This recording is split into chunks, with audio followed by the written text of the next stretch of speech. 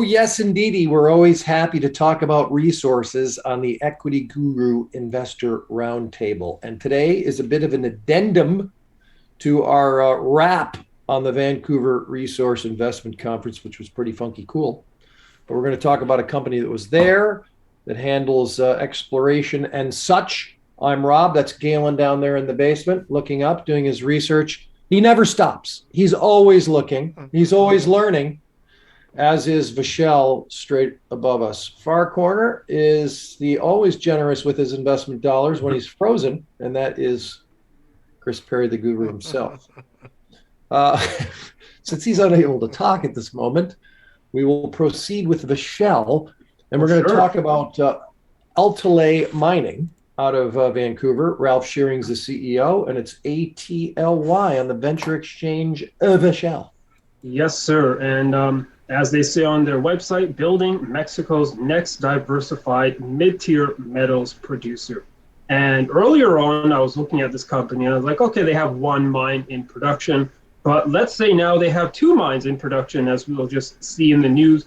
Their second mine, which is specifically focusing on gold, just began operations on May 16th, 2022. So we'll get to this in just a second, but Altaley, two producing mines now, one at the Campo Morada mine, which is processing 2,000 tons per day of basically zinc and lead. So it started off with an industrial base metal project. However, as you guys know, there's always byproduct of gold, silver, and copper. A lot of these things are found together.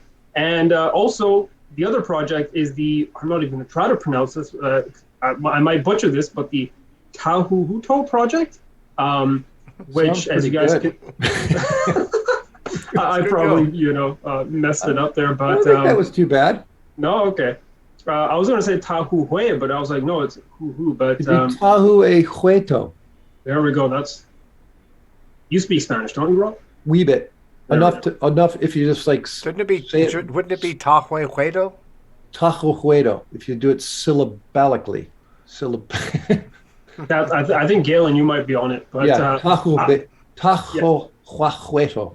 There we go. But Galen's right. I think Galen's got it. But beside the name, I love the fact that they're making gold at this mine. 74% of the revenue breakdown for this mine is in gold, and 9% in silver, and 17% in base metals. So as you guys can see, they are the sixth largest zinc concentrate producer in Mexico. So began, mining zinc and lead, and now we have a gold and I guess you can say a bit of silver there too, project that has just come online.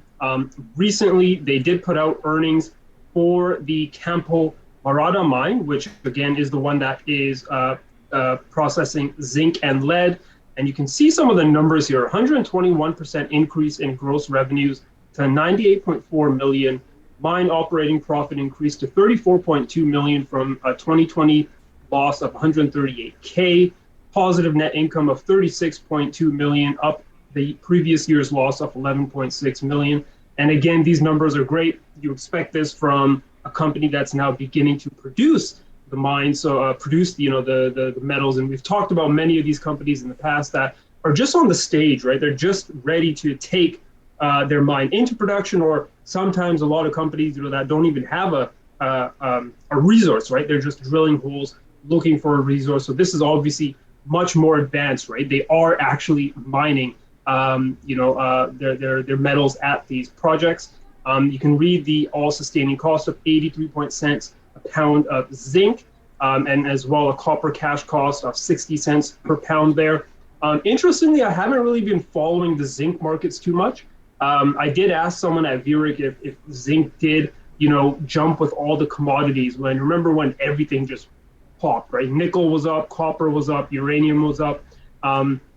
Apparently, zinc wasn't really part of that.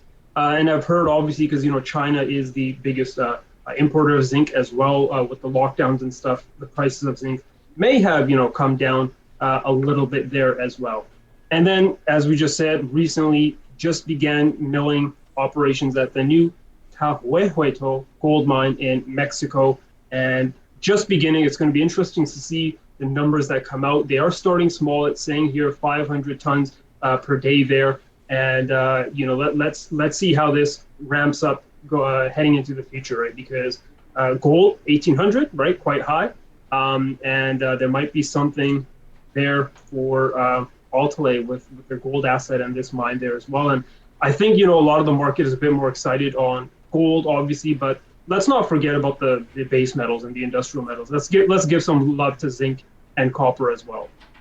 Yeah, what I like is the diversification of materials, and also the fact you're talking about a $77 million market cap, and it's right now trading at 29 cents. Galen, I mean, that's it's trading right now at a 1.5% or 1.5 times EBITDA. And typically within its comparison, the Mexican silver small producers there, or the explorers, are trading at, I think, 4. And then you've also got guys in Mexico, the actual producers, they're trading at 11 times. So if you look at those comparisons, you're thinking that this is a bit of a deal considering what they've got going on. The nice thing about Tahuehueto, if I got that correctly, and I'm not even sure if I did. The nice thing about that particular project is that 83% of it is covering 90 kilometers squared of epithermal mineralized district. It's prime territory. And this is the kicker. Only 10% of it's been explored.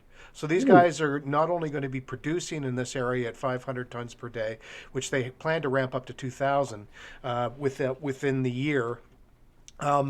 They will also be steadily trying to expand their resources, which, at this point seems like a pretty good proposition. The Campo Morado mine is something that was already producing at this point, and it's mainly zinc at this point, but they're finding opportunities to bring in gold and silver and gold equivalents into the production. And because they have all sorts of historic tailings they can go through, they can start doing that right away rather than having to just mine for it. They could just start processing, and they figure they can get that out at 400% better than what was done before. So we'll see what happens as they go in, because they still have to get that happening. But they've done their building at Tahuehueto. There we go. They've done their building. They've got all their facilities in place. They just want to expand production and increase resources. The management is heavy into the industry. They've got lots of experience in geology, lots of experience in mine development, especially in Mexico. You take a look and you're going to figure these guys are pretty well experts in their field at this point, and perfectly positioned to bring these types of mines and they're in these regions into fruition. They're good at financing. They're great at the actual, as I said, development. So it's seeming to me that this is not necessarily a no-brainer, because there's never a guarantee of 100% on any of these projects. But these guys, if any, are the ones that can bring this stuff forward. And trading right now, it is a little rich in terms of what we usually talk about in terms of market cap size. But there is growth potential in this, and a substantial growth potential. Not the same growth potential you'd see at 5% or 5 cents a stock, but at that point, they're still looking for the stuff. These guys have actually got production going and are due to ramp it substantially. Right. So at this point, trading where they are at 1.5 times EBITDA, it seems like there's a deal to be had here, and lots of blue sky potential in terms of growth. So, getting in at, you said 29 cents is what they're trading at right now? There it is. Getting in at 29 is a pretty good deal as far as I can see. Not that I can give you any kind of investment advice, but I can tell you how I see the lay of the land.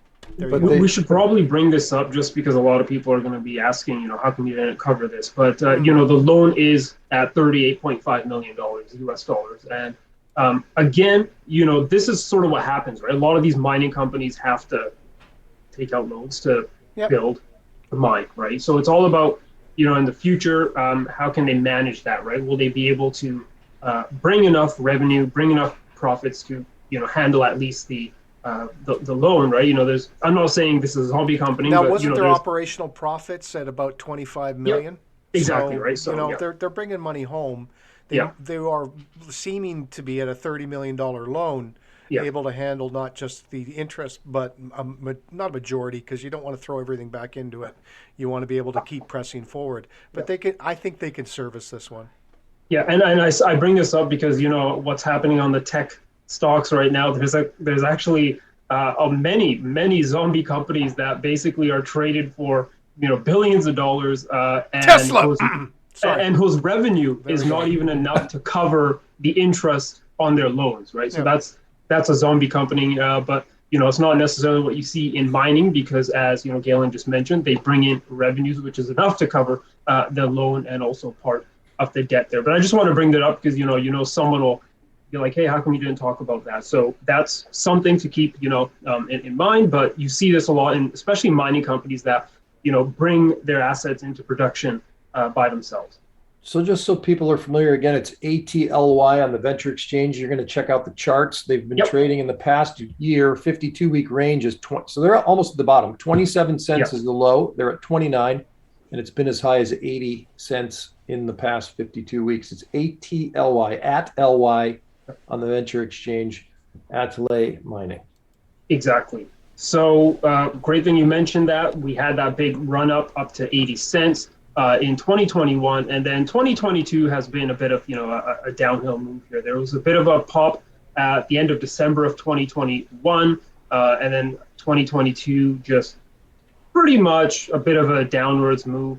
We did see a bit of a pop on March 4th, and again, this is, I think right now there's this broader market sell-off. Still, a lot of people are afraid, looking and running into cash. But for us, who are bullish on metals and bullish on hard assets, especially if we are going to undergo stagflation, as some people think we're going to go through, I'm looking at some of these cheaper mining / hard asset / commodity stocks and looking for some bargains, right? And I think we might have something here with Altaley, just where we are right now. I always talk about psychological support levels. Right off the bat, I will say, yes, it does appear as if we did break this support here at around 30 cents or 31 cents here. We pulled back, sellers jumped in again. And, right now, prices are just like settling around 27.5 cents here to 32 cents to the upside. So it'd be really nice if we can get a break back above 30 cents in the next few days to sort of regain and retake this support level. But I'm looking at, 25 cents. And I say that just because not only is it a pretty decent support, right? I can draw a nice sort of support level here, connecting all the dots, as I like to say, because the more dots you can connect, the better support level it is. And 25 cents tends to be a very important psychological number for, any stock under $1, right? You have your 25 cents, you have your 50 cents, you have your 75 cents, and then of course you have your dollar there. So I'm going to be keeping an eye out here around 25 cents, but as I said, I would love to see the price take out 32 cents here. Another thing, you can do, and I know a lot of technical analysts will probably be doing this, is they'll be connecting this trend line like this. So you have your 3 touches of the triangle, and essentially it's like a slope, right? So you're reading this as, okay, as long as we're below this trend line, the trend is downwards, but as soon as price can break above this trend line and confirm a close above that trend line, you have a reversal, or the downtrend is now over, and you can get excited about a new uptrend. And I think I mentioned the level 32 cents, and let's take it up to maybe 33 cents here, so it can take us above this downwards trend line. But what they say, a picture's worth 1,000 words, and you just want to get that close above this downtrend line. And I think it's as simple as that. Just looking at this trend line, I think anyone can sort of tell where the trajectory is right now. So just in summary, 25 cents as a support level. And if we can also get past this downtrend line to basically get excited about a new uptrend. All right, which ultimately brings us to the decision-making period of the roundtable. Galen, you have $7,500. We know the frozen man is spending it all. Yeah, exactly, as always. Now, just because tech stocks are pushing up daisies doesn't mean everything is going to crap. What it means is we're seeing a market normalization, which should have happened years ago, but it's happening now. So basically, the place to be for me is either out of it entirely, get it all in cash, put it on yourself, or find your way into commodities. And you either buy the actual item itself, which would be gold or silver in forms of ingots, or you get into these guys that are bringing it out of the ground. Yeah. So I like this story. I like Altaley. I think what they've got going on is interesting. The news I think that will make this pop would be them increasing their resource or actually refining their process and optimizing it and bringing more out of the ground. So once that happens, which they're saying is going to, so I'm thinking that perhaps within the next quarter or two, we're going to see that type of news bring it forward. Right now, I foresee a range. I don't necessarily see it dipping more than it is because of the assets that they have and the stages that they're at in terms of production. So I'm probably going to lay down 3,000 right now because I like what I see. But I want to see in the next 3 to 6 months the promises that they've made, the milestones that they've made, that they've put forward. If they start hitting that, I'm dropping the whole wad. So 3,000 for right now. Good. Michelle? I should have brought this up earlier, but this is the chart of zinc. So it looks like that uptrend is like still intact. Zinc, believe it or not, is up 26.39% for the year. I mentioned nickel, lead is up 3.3%. Take a look at coal, that's up 288% for the year. But I like the prices of zinc actually as well. And just echoing what Galen said, I mean, you guys have probably heard me say this millions of times, but I do like the commodity space for that inflation trade. I think you want to be in hard assets. And this is a company that, combines best of both worlds, right? You have your industrial metal stuff, and then you have your precious metals with gold and silver.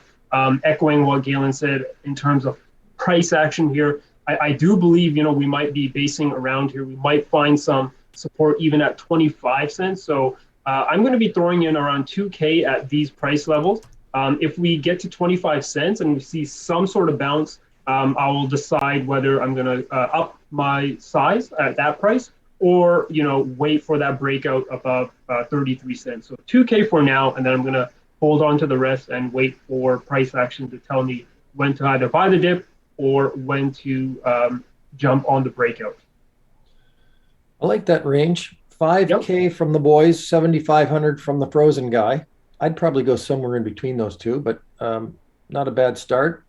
And if this thing does start to range back up, you guys you're in good shape because it's near the bottom. You think it's actually going to drop down to 25, Michelle? Could possibly, with the market right now, but the markets are showing some signs of basing, so it could be pretty good. It could be okay. I think as of now, I just can't say anything until we either close back above 33 cents. Right. Yeah. Altaley Mining, Ralph Shearing's the CEO. They're in Vancouver. It's ATLY on the Venture Exchange. And it's a nice little addendum to our Vancouver Resource Investment Conference. And of course, we talk about resources a lot anyway, but they were there, and there's someone to watch moving forward.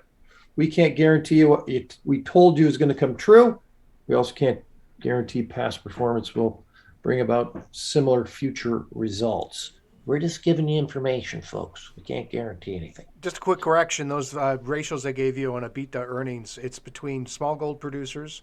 That would be the 4-point average. And then the Mexican polymetallic producers, the guys are doing everything. That would be zinc. And those guys are trading at 11 times approximately, averaging out. So there you go. Just a quick correction. Polymetallic. Yep. That is Mr. Polymetallic himself right there, Galen. Look at him. And Michelle and the frozen guy, Chris, I'm Rob. We'll see you in the next edition of the Equity Guru Investor Roundtable. Good luck.